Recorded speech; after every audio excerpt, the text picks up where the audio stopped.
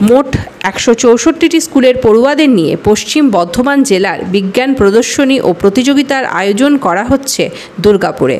সুরেনচন্দ্র modern school এই প্রদর্শনী ও প্রতিযোগিতার পরিচালনার দায়িত্বে রয়েছে।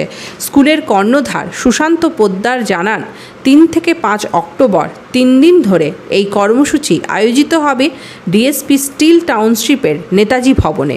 প্রথম পুরস্কার 25,000, দ্বিতীয় পুরস্কার 20,000 ও তৃতীয় পুরস্কার 10,000 টাকা প্রদান করা হবে।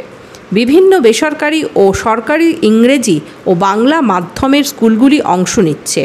বিজ্ঞান শিক্ষার প্রসারের লক্ষ্যে এই কর্মসূচি নেওয়া হয়েছে বলে জানিয়েছেন উদ্যোক্তারা।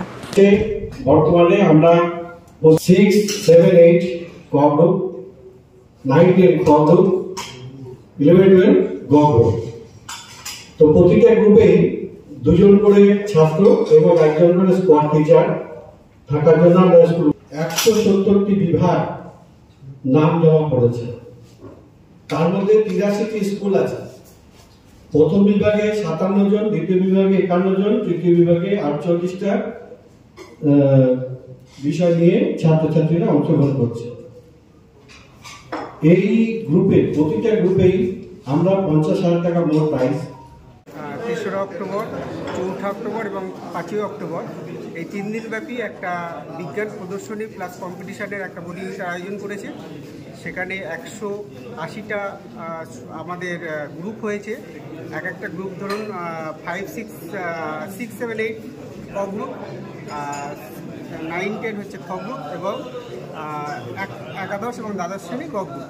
এবার প্রতিটা গ্রুপে আপনার এখানে আমার টোটাল 79 স্কুল এখন পার্টিসিপেট করেছে।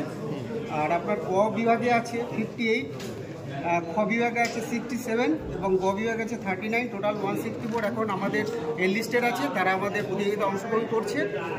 এছাড়া আমরা পাশে রেখেছি একটা মোবাইল ভ্যান, সেটা বর্ধমান সায়েন্স সেন্টার থেকে আমাদের প্রোভাইড করেছে, 3 দিনই থাকবে। সেটা ওখানে আমরা প্রদর্শনী ওখানে রাখবো। বিভিন্ন স্কুল থেকে প্রতিদিন আমাদের প্রায় 1,500 স্টুডেন্ট আসবে এটা দেখার জন্য।